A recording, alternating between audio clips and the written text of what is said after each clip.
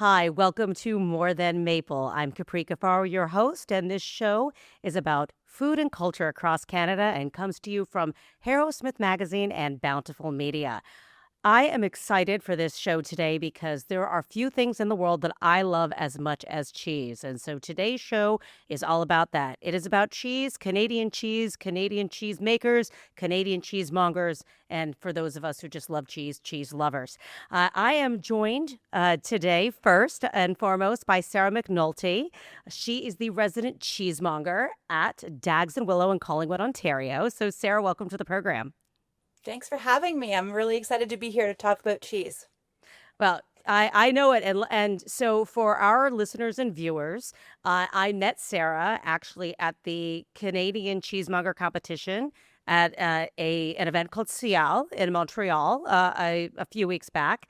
And she was one of six competitors that was there. And I think that was your second time competing, right? Yeah, that was my second time competing at the Canadian Championship and representing Ontario and all the amazing cheese we make here in Canada. And it came through, that passion absolutely came through. And you shared a really compelling story that we're going to get to maybe a little bit later in the program about Ontario cheese and who gets to define what is a cheesemaker. So I want to ask you about that a little bit later. But first, I want to ask you about you and Yes. how you got into the business of cheese. Yeah, so like many people who find their way into cheese, I did not get here in a linear path. I started my career in the fine arts. I started my career in theater as a set and costume designer, which was an Oh, wow. amazing experience in my life, and I loved my time working in the arts, but it's not the easiest way to have a consistent living. So at some point, I decided I needed to move on from that, and I have done several other things since then, including working. If you know Collingwood at all, it is ski country here in Yeah, that's Ontario. So right. I worked in the ski industry for quite a while, worked in marketing, communications for the resort here in Collingwood called Blue Mountain. And then I took a maternity leave, as often happens, and decided when that was over that I wasn't going to go back to my corporate 9 to 5 and Hmm. I was going to explore some new options and went into event planning and some fine food catering. I did a small stint as an artisan food producer where I made artisan marshmallows and sold them at farmers markets I and love craft that. markets. My dog's So name is Marshmallow, so I'm partial. I absolutely totally crazy sidetrack, but again, it let me spend a lot of time with my kids when they were little Yeah, and explore different parts of the food industry that maybe I wouldn't have experienced that's right. otherwise. And then I decided that it was time to get serious, and I found my way into cheese. And I always say that finding my way into cheese was sort of like all of those little things that I had done up until Hmm. then, they all sort of fell into place. There Yeah. was a place for all of that in working with cheese. There is design work, there is marketing work, there is storytelling, there is such a rich tradition. So it really just all lined up for me when I Mhm. found my way to cheese, and there's no turning back. Yeah. How long have you been in the industry now? So I've been in cheese for, oh gosh, coming up to 8 years. So Okay, uh, so a it's been a while. minute. It's It's been been a a minute. minute. Now, and Absolutely. I think that one of the great things about food in particular is that there are so many people that find their way into food in whatever way that it is because it is this passion and it does allow this sense for all the things that you mentioned, creativity, storytelling, and those kind of things. I can imagine that your day to day, one day doesn't necessarily look like the next, but maybe you can give us a little bit of an insight of what your day might look like as a resident cheesemonger. Yeah, so cheesemongers are the last step between the cheesemakers and the distributors and the final consumer. So my job is to take that cheese that's been created and made with so much love and passion and so much respect for the land and the animal, and to take that and take care of it until I can get it to an end consumer. So that could be everything from receiving cheeses, ordering cheeses, tasting cheeses. I do get to eat cheese every day, which is a really Dream great job. perk. Dream job. Um, and then again, I get to be a champion for cheesemakers and cheese. And so I get to share those stories of how cheeses are made and who makes them and the story of transhumanance and moving animals and the Mm. history of cheese. So I get to share that with my customers one on one almost every day. So that is a really great part of my job. And then we do everything from, making cheese and charcuterie boards for people who are having celebrations, which is always amazing to help get to make magic in someone's day, to again, someone who needs cheese for a party, or they just want something special to eat after work, or they're making grandma's recipe. So Hmm. again, it's this really beautiful experience where you get to share something that has such an incredible history with people every day. Yeah, I mean, it's funny because I don't know if people, people love cheese and we eat the cheese, and maybe we're not necessarily thinking about all of the things that go into this as you just described. I came across somebody who said, "Well, isn't a cheesemonger a bit like a sommelier for cheese?" Like, do you feel like that might be a decent comparison? Yeah, people do love that comparison, absolutely. And in a lot of ways, it's an easy way for people to understand sort of what our job is, Hmm. because a sommelier is something that people experience more frequently, maybe, than a Right. cheesemonger, unless you're shopping in specialty stores a lot. You may not come in contact with a cheesemonger. And there are lots of people who can sell you cheese. You can buy cheese a million different places in a million different ways, and all of them are valid and all of them are good. But to really get to hear the stories and really understand what makes things special is what you're looking for when you find a cheesemonger. Cheesemongers can tell you what's in season, what Mm. tastes best in their case, how things have ripened, um, why the cheese that you liked last week might not be the cheese that you like today. Hmm. So there's a lot of that happens when you're actively working at a cheese counter in a specialty store as an active cheesemonger. Right. Um, You're which relied again, on as an expert. You're relied on as an yeah, expert. absolutely. So, and I absolutely believe that all cheese has a place. Commodity cheese, sort of those blocks that we buy at the grocery store, that is just as valid as, an artisanal cheese. It has its place. Um, my boss might kill me for saying that.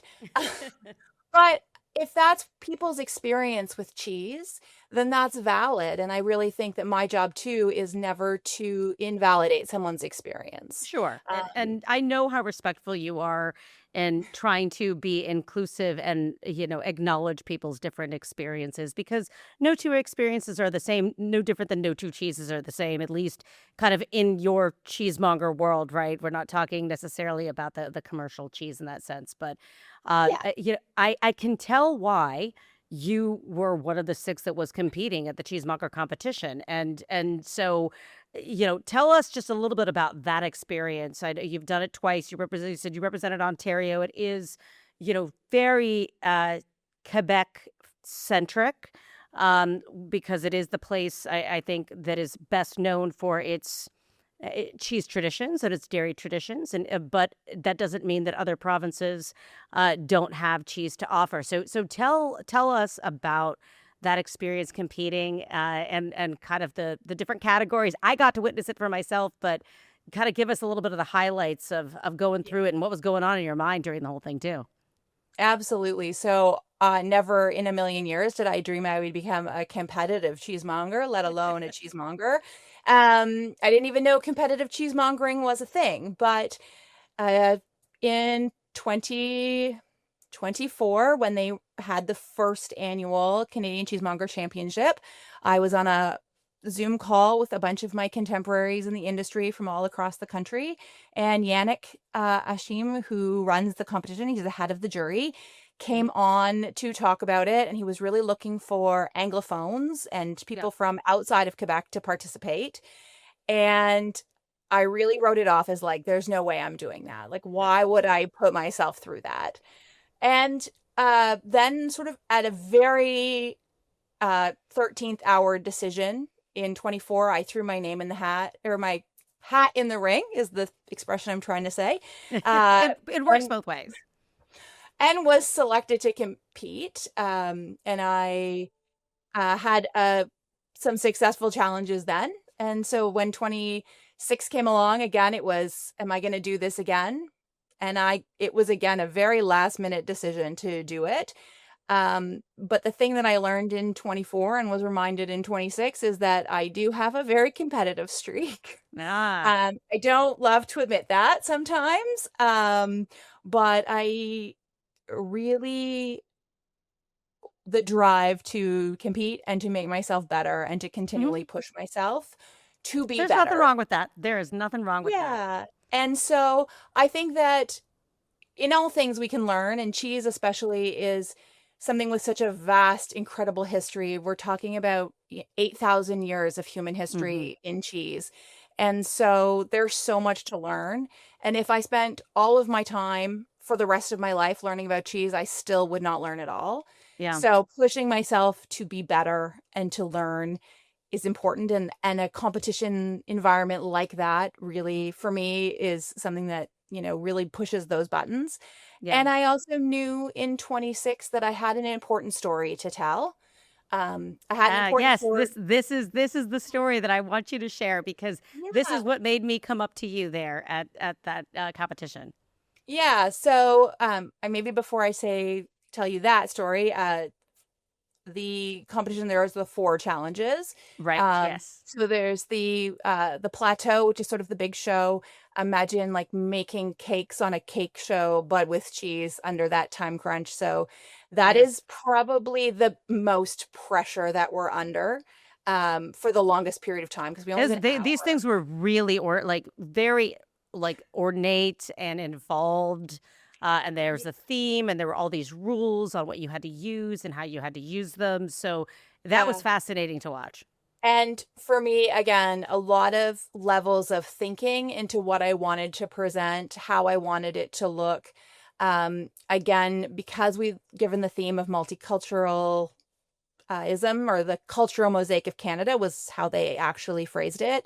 It was really important to me to be very respectful of all of the different cultures that come together in Canada, and showcase how cheese crosses boundaries, because again it is such a universal thing and so many people Absolutely. love it, and it has again roots in almost every culture has some version of cheese, whether it's the cheese that we know as Canadians or if it's different varieties of that.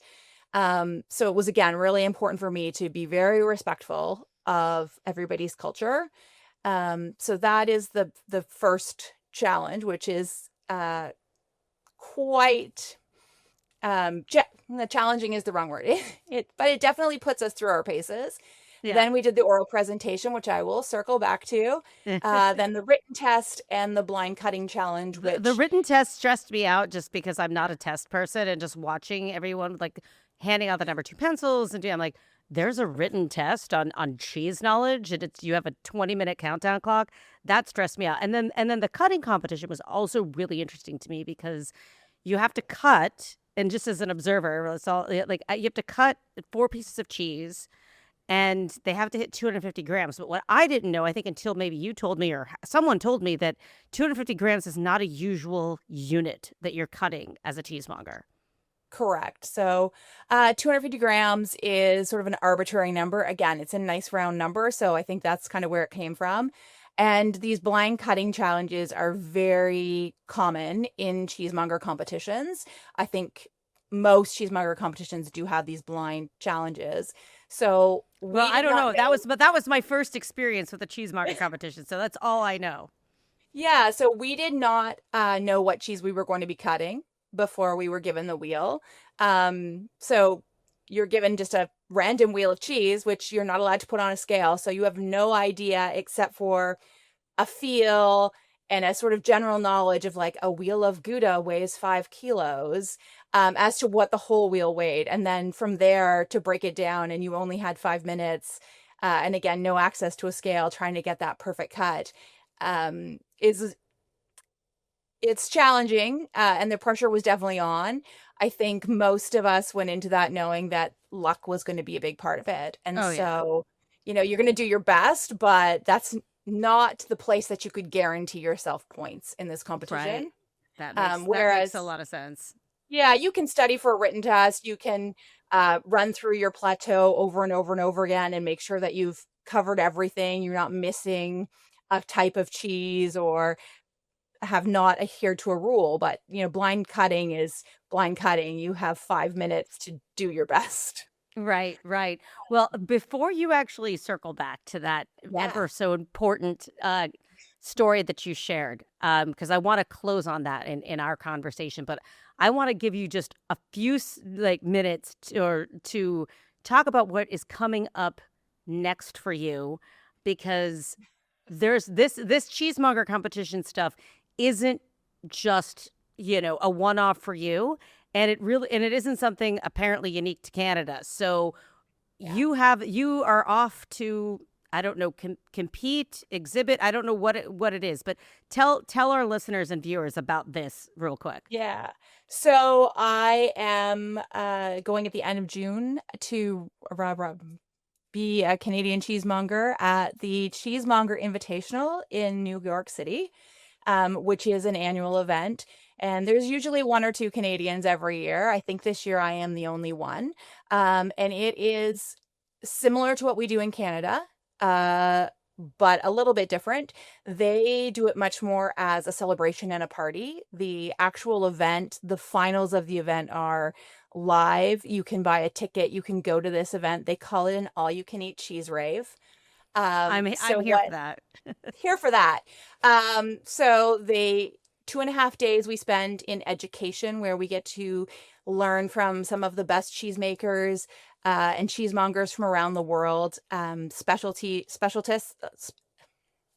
specialists from There you around go. the world come in and talk about what they do, what they make, how they age cheese, how they make cheese, how they market cheese, both from Europe and across America.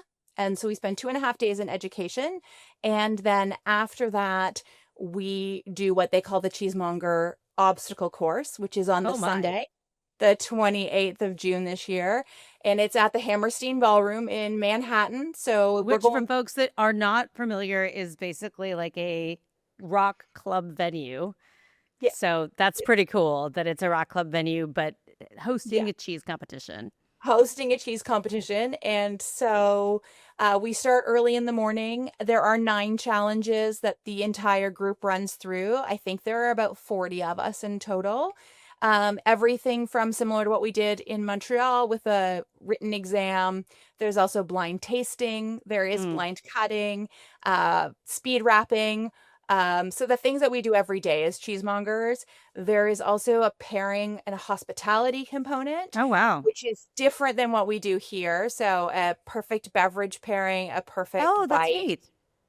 and then a perfect plate.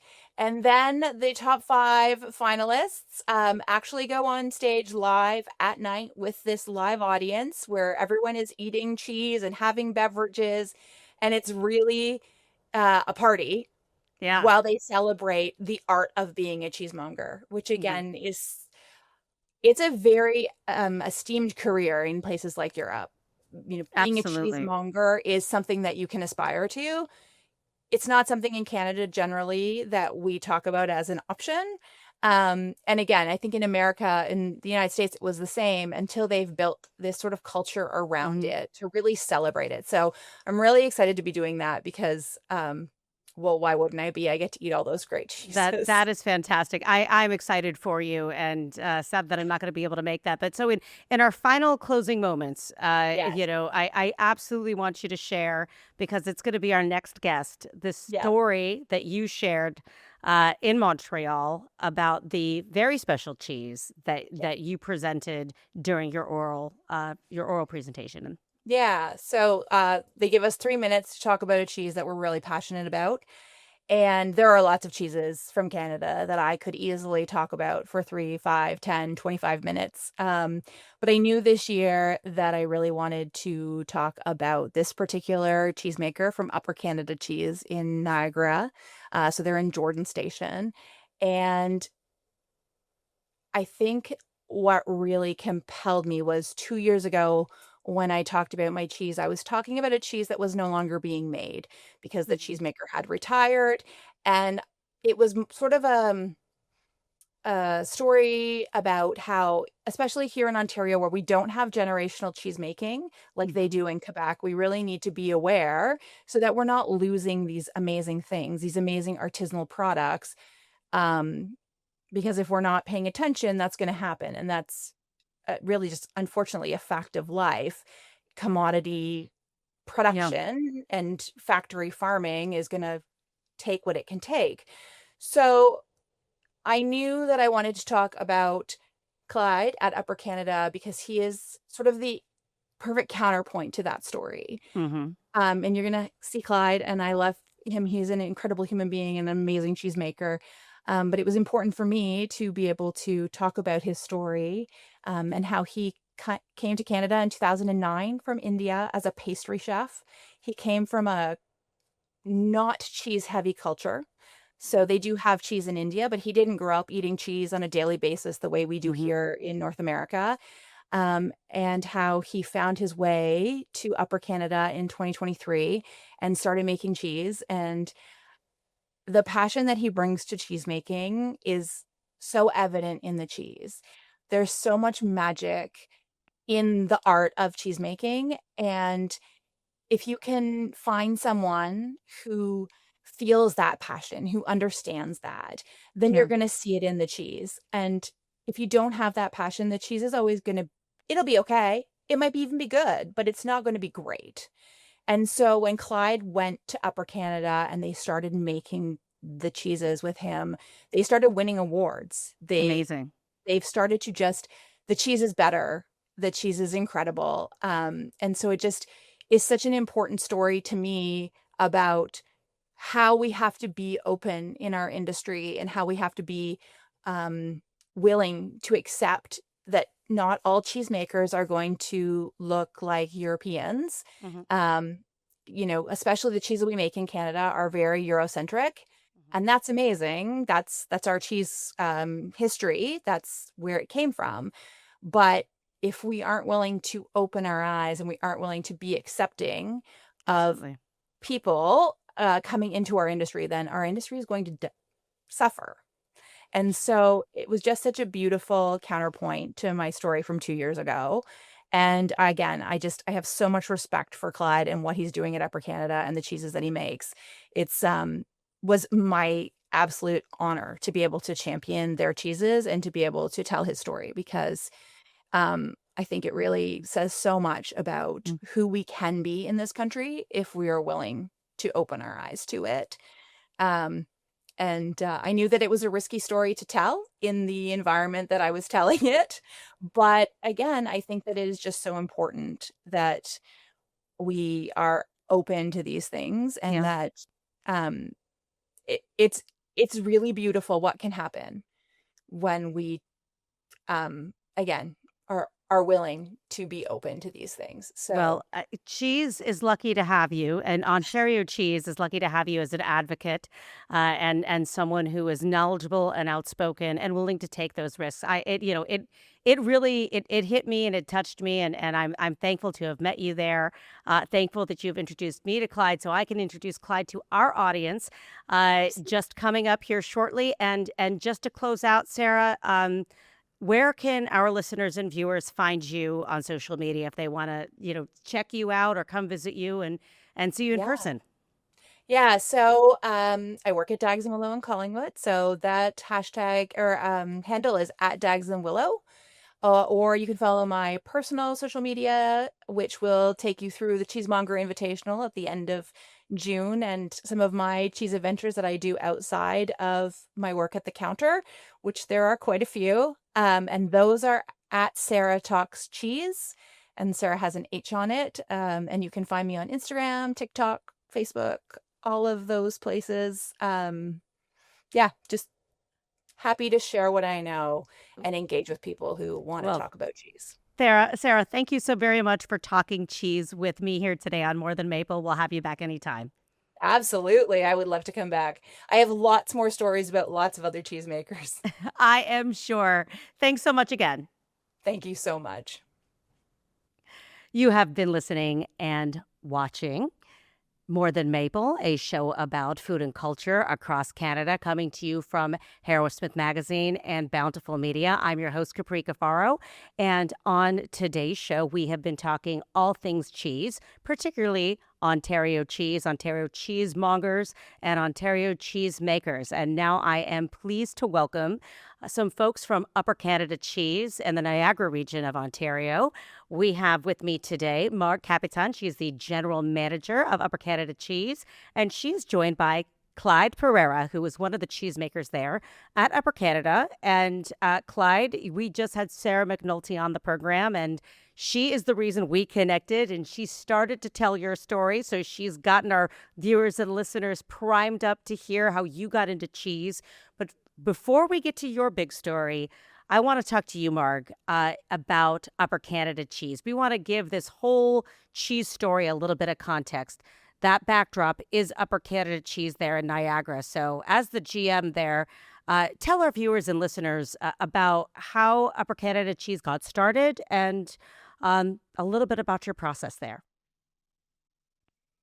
Okay, I'll do the best I can. I've only been here about a year and a half myself, but one of the founding partners, Wayne Philbrick, he had gone to Quebec and fell in love with the cheeses there and the processes and some of the tastes. So he came back to Jordan in 2005, and he was part of the reason that Upper Canada Cheese was founded and started. So it's been around since 2005. It's pretty unique. We're an artisanal cheese creamery. We do small batch processing. We use 100% Guernsey milk in our cow cheese. It's pretty neat. Guernsey cows, they're the brown and white cows opposed to the Okay. black and white. Guernsey milk contains a different type of protein. It's an A2 protein. It's a casein protein. What that means to the consumer or to somebody who loves cheese is it's very good for your gut health. You can digest it a lot easier. If you have a lactose or a dairy intolerance, most people, probably 98.5% of the time, are able to consume our cheese with little That is issue. great news for folks. So listen up, lactose intolerant folks. If you're looking for a good cheese, and this is not a paid partnership here, I guess Upper Canada is the way to go. That is great news. Now, do you offer any kind of farm tours or tours of your facility for folks that are interested in learning about your cheese making process? I'm curious for myself as somebody who can drive out there in Ontario to see what you all do. So we do offer tours. We don't do it as frequently during the busy times because our wonderful cheesemaker is in the back making lots of cheese. And the cows in the farm are not actually on our facility or our property. It's a long-term or a long-time standing relationship with the Comfort Farms, which they're about 15 minutes Got from it. the creamery. I mean, you could go take a ride up and see them. They're great people. They know how to treat their cows very, very well. Because they treat their cows very well, we get really great milk from them, which in turn gives us really great cheese Yeah. product. You can come into the creamery. We offer free samples. You can have a little private tour with cheese or with Clyde, our cheesemaker. If you kind of give us Uh-huh. notice in advance, we'll make sure that we open the doors and we'll Well, treat you that's well. that's good to know, and I might be given a call, and I bet that we have some viewers and listeners in your region that might be excited to do that too. So this is a great understanding and a backdrop of the quality and the time and the care that goes into making the cheese at Upper Canada Cheese. So Clyde, you are one of the people there that make the magic happen because the milk doesn't turn into cheese, just by happenstance. It's because someone has skill and know-how and understands the science behind it. So I know science is a little bit of your background, but cheese making wasn't necessarily your first career. So how did you end up working at Upper Canada Cheese and becoming a cheesemonger, or excuse me, a cheesemaker? So let's start at the very beginning. I was born and raised in India where I did my bachelor's in science, and I got into the food industry, aka becoming Hmm. a chef. And I've been a pastry chef in the Niagara region for about the Hmm. last 18 years. Um, about 3 years ago, I wanted a change, wanted to do something different. And Upper Canada had a job profile online saying, hey, we're looking for a cheesemaker. So I said, okay, let me give that a try. And I jumped in head first. And my background in a little bit of science that I knew and following recipes kind of helped me through Yeah, the I mean, process. but I can't imagine. I mean, I think certainly having a science background, it has to help because I feel like not anyone off the street. I mean, I feel like I couldn't go and just start making cheese because I saw an ad in in the newspaper or online, right? So, how did you utilize your knowledge of science to the understanding the cheese making process? Uh, well, it started off with just basically following the recipe, and uh, there we have a long-time employee that's working with us, who's Jamaican. Shout out to Q. But thanks to him, uh, he kind of showed me the ropes. He doesn't know the science behind the product, but he has made this recipe so many times that he just knows how to make the cakes. So I kind of followed in his footsteps, just started making the cheese by following the recipe. But then curiosity got the best of me, and it was like, okay, well, I need to understand why milk turns into cheese and how the process happens. So I did a whole bunch of courses at the University of Guelph, University of Wisconsin, and um, I got the knowledge and the science behind Hmm. what's happening, right? And the pH levels and the biology and the physics of pasteurization, I kind of drew all that in. And it's still a great Yeah. learning process on how to make the cheese Yeah. better. And it sounds like, I mean, in talking with Sarah previously, I mean, she had noted that, you, when you started making cheese at Upper Canada, that the cheese that you were behind started to win awards. Is that right? Yeah, yes. And we're extremely proud of that.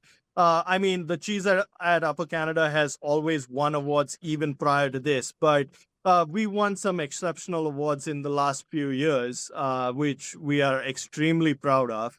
One of that is our wash rind goat Mm. style cheese has won first place 3 years in a row, which is Wow. just Oh, that's great for us. amazing. And yeah, and last year we won for one of the best cheddars in North America. So beating all the That's a Wisconsin big, cheddars is a pride in absolutely. That's a itself. very big deal. I've been to Wisconsin. I've tasted their cheese, and I know how proud they are of that cheese tradition. So that you have to be very proud to beat a Wisconsin cheddar. That is saying something. And so I'm curious because when we talk about locally sourced ingredients, and the word terroir gets thrown around a lot, particularly when it comes to Absolutely. wine, and even cider and a variety of things. But I would imagine that the terroir there, right, that the grass or whatever the Guernsey cows are consuming there in the Niagara region have to have a direct impact on the milk that it produces and all of these things in science. What is the pH level? What is the fat content? All of that stuff. Can you give me a little bit of an insight as to how the land, the climate, the diet of the cows impacts the milk and then impacts the type of cheese that gets made? Absolutely. Like Niagara region in itself has an amazing microclimate, which is why we can grow grapes here, and that word terroir is thrown around so much. The best part about it is because these cows are pasture fed, you can see the change in the quality of the milk and the color that the cheese gets throughout the year.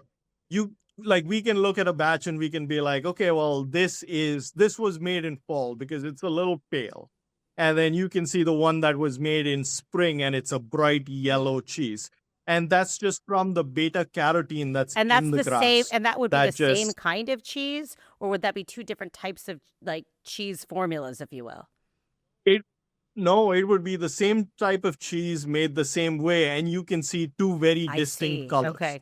In yeah, because yeah, it affects the milk. Right. It affects the milk with the Right. cow. So yeah. And you can like even if you when you do one of these tours and you come into the cheese cave and you see an ombre effect of colors. It's like watching the Oh, sunset, I love right? that visual. I absolutely love that visual.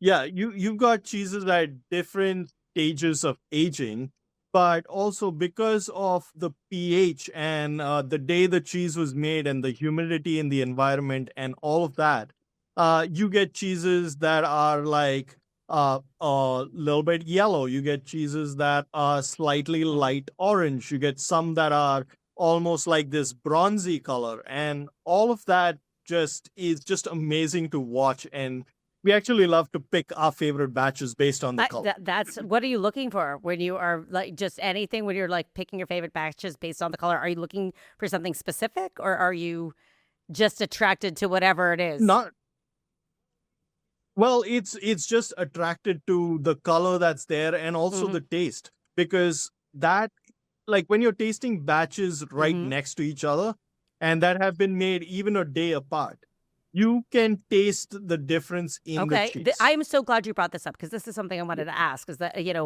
as anyone, as a food professional, obviously a chef and I believe a pastry chef specifically, you're obviously Yeah, tasting recipes to ensure quality and you're aiming for whatever kind of tasting notes that you have that you're trying to meet. I'm absolutely. assuming doing Yeah. the same type of thing when you're making cheese. Is there anything specific that you're looking for when you're tasting those batches? Creaminess, tanginess, like what is driving you in that tasting assessment? Well, like you said, we're looking for exactly those things. Like we're looking when we cut that wheel of cheese, the first thing that we look at is the aroma. Like what does it smell like? Do you get like an off-putting smell? Does it smell a little funky? Does it smell more like Gouda or like more like Yeah, but the thing Parmesan, is funky smelling right? cheese Mhm. is a thing though. Just because it smells funky doesn't mean it's not good. No, it's not. But and I'll be honest, like our cheese is washed with that B. linens bacteria, which is that Mhm. funky bacteria. And it does have that funky smell, but you don't want that to be over the top where it's Right, almost right. offensive, right? So we have like kind of a base standard that we'd like to maintain. And when we're tasting that, we want to make sure that we're reaching all those tasting notes Yeah. that we want to. So Marg and me, we try cheese almost on a daily basis and it's trying to figure out, okay, is this batch ready? Is it creamy enough? Is it salty enough? Is it just good, just the way it is? Well, I'm gonna have to go out there and find this out for myself. I feel like it sounds like you put a lot Absolutely. of time and care. How long does a batch take? Kind of from receiving the milk to being ready to put on the shelves. Well, it depends on the type of cheese you're making, right? So if we were making cheese curds or fresh ricotta, uh, from the time to making the cheese, it'll be like maybe 6 hours then it's Hmm. on the shelf Right. because it's fresh. But if you were looking at, like, say, some of our standard cheeses that are like Niagara Gold and Heritage, which is the cheddar that won, Niagara Gold, which is our flagship cheese, would take about Okay. 5 months for it from the day it was made for it to Okay. be ready. And our cheddar would be at least a minimum 8 months, but we try to go longer than that if Wow. possible. And what is your aging process? I mean, I don't want you to like spill state secrets, but how do you maintain the cheese for 8 months and check on it to see if it's ready? Yeah, well, our Niagara Gold is a wash rind style cheese, which means every day we go in that room and we pick up every wheel of cheese, wash it with a brine solution, and we just do that day in, day out, Mm-hmm. right? So that brine solution forms a rind on the Right. outside of the cheese. So after 5 months, we cut it open and That's the enjoy it. protective layer. But I think too, Yes, yes, it ripens from the outside in, right? So as the outside kind of is almost like that Parmigiani rind, and the inside's like a creamy Gouda. It's that Alpine style cheese. That's just it's a traditional Alpine style cheese, Yeah. right? And then you also maintain like your cave temperatures and humidities and Yeah. things No, yes, like that. thank yeah. you, Marg. I was So wondering so about that each was going to be my next question. So I appreciate you. Yeah, there's a good Okay. technical. yeah like every room and every cheese has a different temperature and different setting. So if you were making a camembert style cheese, it's like we are running that at like 95% humidity, right? Whereas our cheddar is running at a lot less humidity because we don't want it to go all We sticky do not and want funky. sticky and funky cheese, but just listening to No. you both, Marg and Clyde, I feel like I'm getting a bit of a master class in cheese making. Just I am really learning a lot about that process, and I understand, Clyde. You haven't been doing this for that long, right? But two how long? I don't want to. I feel like 2 years. About two and Okay, a so half I years. was Yes. right. And I mean, so it's incredible that just in that short amount of time, you're able to convey this master level cheese knowledge to someone like myself, a layperson, and to our listeners and viewers as well that are checking this out. And I think that's one of the things that, when Sarah shared your story at the Canadian Cheesemonger competition, and then just shared a little bit of it as well here in this show today.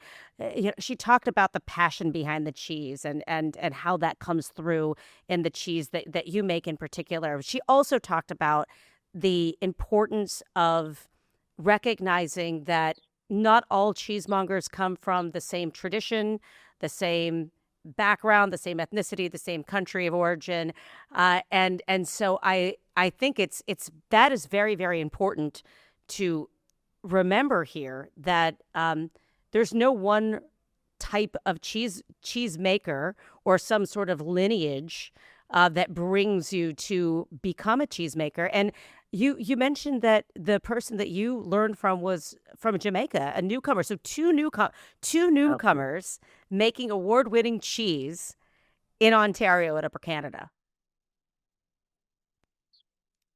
Yep. Yep. And that's the thing is Canada in itself, it's such a diverse country, right? And we've got people from all over the world that's coming to Canada, and it's just a melting pot of cultures.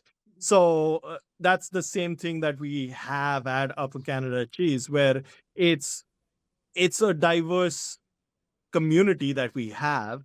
And we're not a family-run business, but we're definitely a family that work I together. love that. And I can tell that just from both of you sitting here together, and I can tell, working together, that is that kind of family-like environment there at Upper Canada Cheese. If folks wanted to come find you, taste the cheese, learn a little bit there, go into, get those free samples, how would someone be able to locate you? Well, we have very robust social media platforms. We're on Instagram and we're on Facebook. You can also go on to our website, which will give you directions, Google Maps, all those good things. We are trying to kind of actually even get stronger in that area. We're soon going to be, you're going to be able to shop for all our products in the retail store and online. All our cheeses on Shopify. Oh, That's coming fantastic. soon. Yeah, we're very collaborative. We have a lot of partners because we are in the Bench Winery area in Niagara on the Lake. So a lot of the wineries are partnering with us. They use our cheeses on their menus, on their boards. So there is a lot of support. So if somebody's coming and going to those different wineries, they can grab a coupon, come on into our store. You get a discount. You get to come see us. Hope maybe Clyde will be around and He can personally sign your wheel that of cheese. I mean, sign me up for that. I mean, I think that it is. I think it's wonderful that you have that relationship with and that collaboration with the other, wineries and producers within the region. I mean, I know, for folks that are not familiar with Niagara, it is one of the most, and I think Clyde, you said it because it's the microclimate, it is very well known for wines, for agriculture, for groves of things like peaches, and certainly for cheese as well. And how important is it to you to be able to have those local relationships and people that are coming out kind of participating in that agritourism, being able to taste the region like that? Well, it's very important. I mean, we're actually working very, very diligently and hard at becoming a destination spot. A lot of people can come into the area and do wine tours, like several wine tours. Something we're working on and we're pretty excited about. We are actually in the process and we have brought in a team. They're called Stick Shift Robata. So we are currently going to be dropping a 20-foot rail container that's been fully commissioned as a wow. kitchen. So we're going to be offering a full food and cocktail service out of there. We're hoping the launch and open day will be Canada Day, July 1st. So we're pretty excited about that team. So it's a renowned chef coming from LA, Derek Powers, and a high-end mixologist, Jared Bowler. So they're going to be partnering with us. We're very excited about that. They're obviously going to be using a lot of our cheeses on the menu. So we're going to really work at becoming a destination spot that you can come in and have food, have cheese, do tours, do samples. We've got a great retail space. Like I said, maybe we can get you to hold the 9-kilo wheel of heritage and get a picture with our cheesemaker. And I think Clyde's being a little bit humble too. I mean, we've all recognized and we've been told that since he's taking on this role as cheesemaker, it's some of the best tasting cheese that's come out of the creamery. That's so wonderful to hear. I mean, again, look at that, family got your back right there. Family got your back right there. That is awesome. Listen, I am super excited, and I just want to say, you might not be able to see the full shirt on Clyde, but it says cheese is boss. There it is. Cheese is boss. And cheese is boss, it sounds like. And so. Oh, can we tell the story and how that? Please do. I think this is a great place. So my background, I've done a lot of promotional purchasing, so swag and stuff like that. And then when I joined, it'd be like, hey, what's going on? Or, what's going on with that batch? And he's like, I don't know. Cheese is boss. Like, it's up to whenever the cheese is ready. So first thing we did, we had these T-shirts made. And so he's the inspiration. Cheese is boss. So I love it. I'm going to need one of those too. This has been so fun. You mentioned that you're, all over socials, but you didn't tell us the handle. Can you, what's the name? Upper Canada Cheese on the social media? So it's just Upper Canada Cheese all across Instagram, Facebook, etc. And then your website is what? Yes. Yeah, www.uppercanadacheese.com. Oh, right. I mean, this is great. Well, Clyde, any parting words since cheese is boss? Cheese is boss, man. Like my life revolves around cheese. Cheese first, wife second. Okay, well, we won't tell the wife that cheese is really boss, but Marg and Clyde, thank you so much for joining More Than Maple. We are so happy to have you join us and hope to have a chance to actually go out there and taste it for ourselves. So thank you. Thank you. You're most welcome. More Than Maple is a production of Bountiful Media North America for Harrowsmith Magazine. It's researched, written, and hosted by me, Capri Cafaro. Recorded at That Toronto Podcast Studio in Toronto, Ontario, with technical support and post-production by 115 Creative.